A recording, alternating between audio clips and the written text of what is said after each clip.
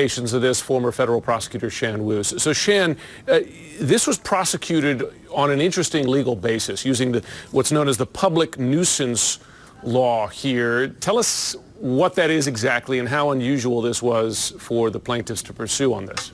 It's an unusual theory, Jim. Public nuisance would be an example. An example of that is you have a run-down house in the neighborhood that's an eyesore.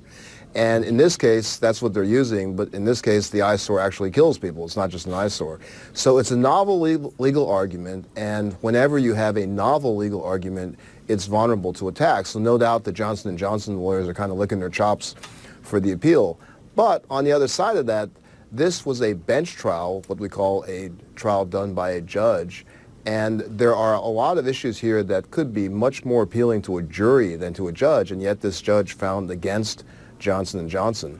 These are what we call dam cracking cases. You know, the industry lawyers spend decades sometimes carefully building up their dam through regulations, legislation, warnings, and the plaintiffs' lawyers are looking for little cracks in that can be exploited to make that dam collapse. Yeah. So as you know, you have dozens of other communities, states, municipalities, counties set to sue the drug makers as well. Does this then become the potential basis for other similar cases?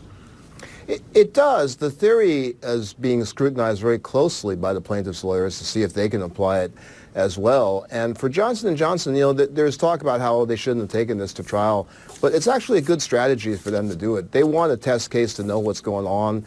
It's going to slow down these other cases through the appeal, and you're going to see that the bulk of these cases coming behind are going to be careful about committing to this theory until they know what the Court of Appeals are going to do with it.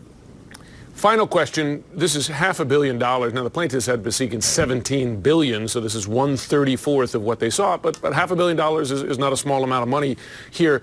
Do victims' families or victims see any of this? Does this go to communities? Where does the money go?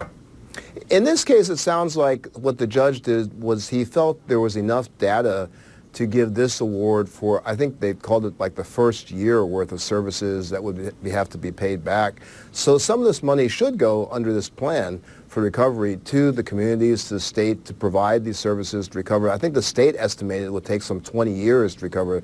That's where they came up with the larger number from. For personal injury suits, the victims will certainly get a portion of that after expenses, and a contingency fee is probably taken out by the lawyers.